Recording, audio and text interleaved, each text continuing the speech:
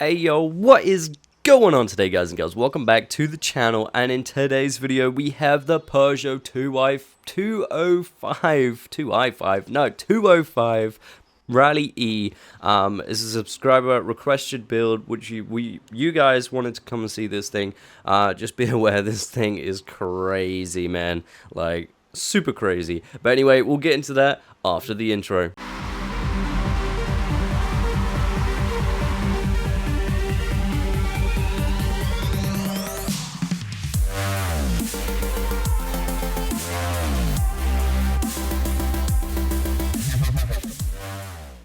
Alright, so here we are with the Peugeot 205 Rally E 1991, coming in at 150 horsepower, running at 159 newton meters of torque, 815 kg of weight. Now, she is very light, man. She's very light.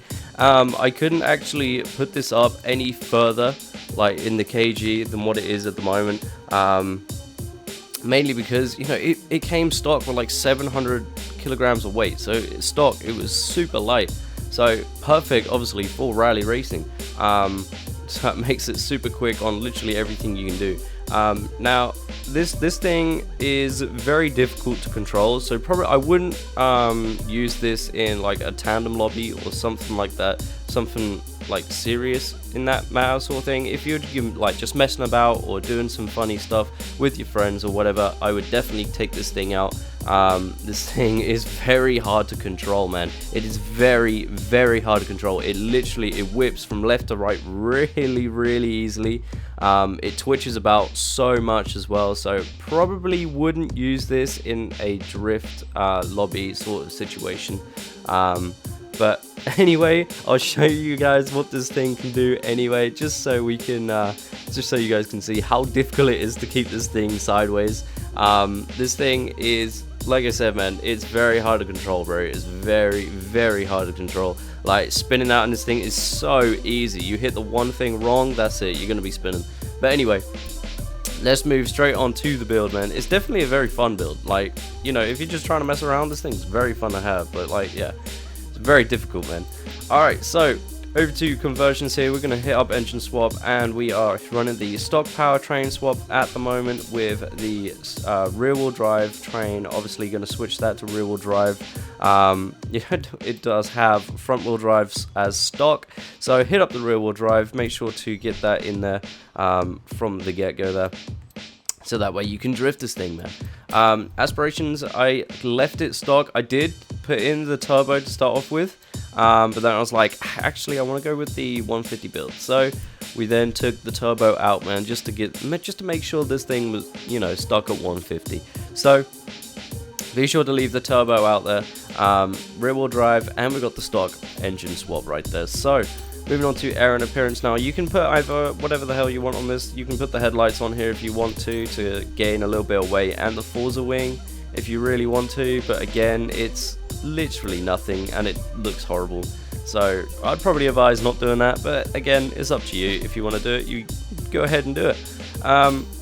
Right, moving on to tires and rims here. Obviously we're sticking with the stock tires out here. You know, stock tires, you don't want to have any race tires or rally tires or drag tires for that matter.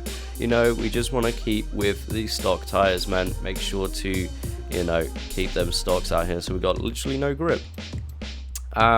Now with the tire width, we got the front tire width and the rear tire width. I've bumped this up to 225 millimeters in the front and the back. The back is exactly the same. The reason why I've done this is because when you're running 165s on the front and the back, bro, this thing, it wiggles like hell. It just wiggles about every 5 seconds. You try and friggin' take a corner or whatever you try and do, this thing just starts wiggling about. So I decided to bump up the tires, the tire width, just to see if it makes any sort of difference. It made a tiny bit of difference, so much so that it, you know, it stays somewhat stable. It still doesn't stay fully stable. I suppose you could try it with the, you know, the 255s, but then it just looks horrible. Look at that, it looks weird. So I mean, you know, stuck with the 225s. It looks good with the 225s. Stick with that. The car still does you know, feel fairly good. It feels fairly good. Yeah, so as I was saying, once again, 225s on the rear as well, just to make that exactly the same, man. Alright, so moving on to rims now. Obviously you can have whatever the hell you want on the rims. I've just gone with these BBSs. They look pretty good, man. They ain't looking too bad whatsoever. I got 16 inches on the front, and I got 16 inches on the back as well, just to keep that the same, and obviously to, you know, gain a little bit of weight, man. Not too bad at all. Obviously the front track width, we've got those maxed out as well. We've got upgraded to the max on the front and upgraded to the max on the back as well, man. Obviously max both of those out so that way we can get a little bit more width on the car. Alright, so moving on now, we got the drivetrain. Obviously we have race clutch, we got the race transmission, we have the race driveline, and we have the race differential. Make sure to get all of those in there to unlock the full of the tuning, man. All 100% on the tuning. Performance and handling as well, bro. You've got the race brakes on here, you got the drift springs, you have the race front anti-roll bars, and obviously the race rear anti-roll bars as well, just to come as a package. And then you've got the race roll cage as well, man. And don't forget the weight reduction. The weight reduction is stock because as I said earlier, you want to get a little bit more weight in this thing than what it already is. So we've got 815 kg at the moment. If we then drop that, we're looking at 760 kg, man, which this thing will be an absolute twitch monster, bro. This thing will be twitching about everywhere. So make sure to leave that stock weight reduction in there at all times, bro. Anyway, moving on to engine now. We got the intake. We got a stock intake in here. We've got the stock throttle body. We've got stock that one. We've got sport ignition, street exhaust. We've got race cams, street valves, stock engine block, stock pistons and compression, stock oil and cooling, and a race flywheel, man. So that will give you the 150 horsepower with 159 newton-meters of torque. Now that is pretty much everything that you need to know for the internals and externals for this Peugeot, man.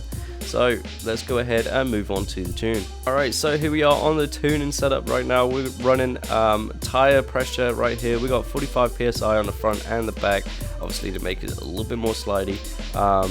Moving on to the gears now. We got the final drive 3.00 on the final drive.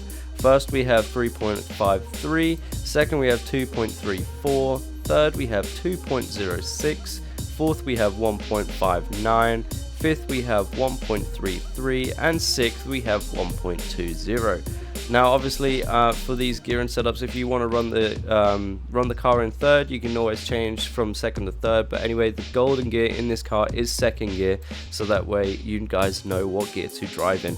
Also be sure to pause the video so you can get these gears 100%, so that way you can, you know, make sure that you got the same gears as me if you are going to run the same gears as me. If not, then be sure to change from third to second or whatever the hell you guys want to run. But yeah, no, that's the gearing setup. Hopefully you guys will like that. Alright, moving on to alignment now. We're running camber. Our front camber, we've got negative 5.0 degrees on the front, and on the rear we have negative 4.5 degrees as well. Front toe we have 1.0 degrees, and rear toe we have negative 0.2 degrees.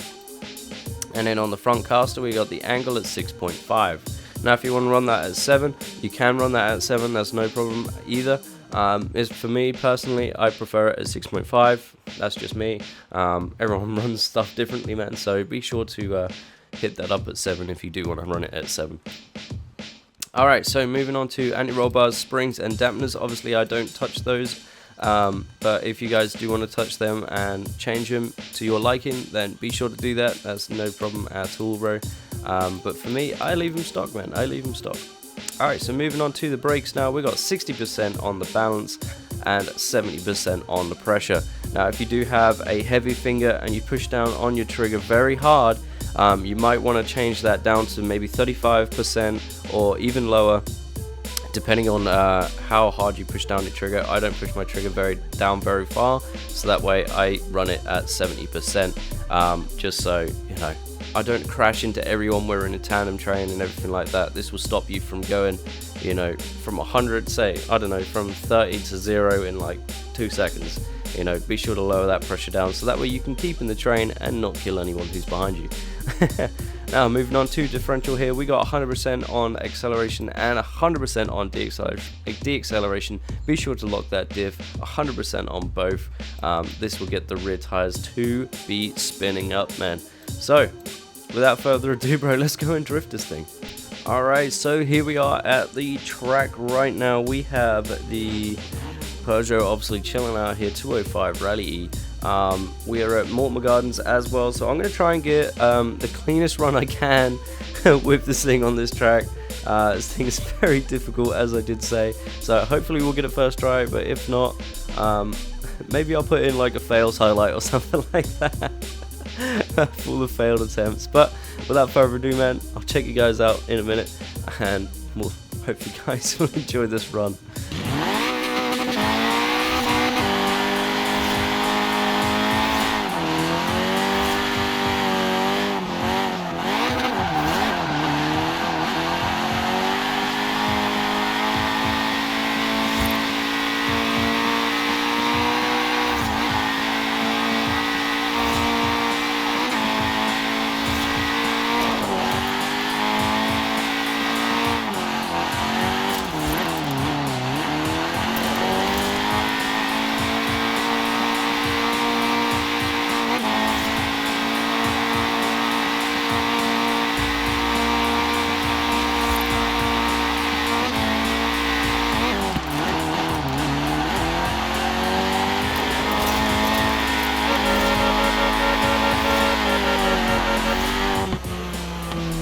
Alright, so that was indeed first try, man. I was actually pretty surprised that she managed to hold up throughout the entire damn thing, bro. So not too bad at all. We got a little snapshot right here of the car doing a massive burnout right now. That is another thing that I do like about this car. It can do some pretty nice tandem burnouts.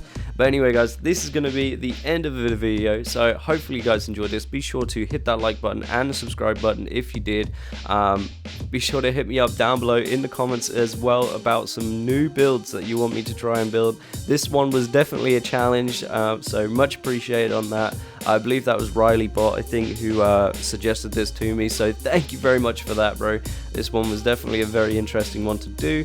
Like I said, be sure to not put this one in a actual drift lobby, because this thing will be crazy. You know, it wouldn't run as well as the other guys, so please don't do that. But yeah, nah, thank you guys for watching the video. Be sure to hit that like button, and I'll see you guys in a bit. Peace.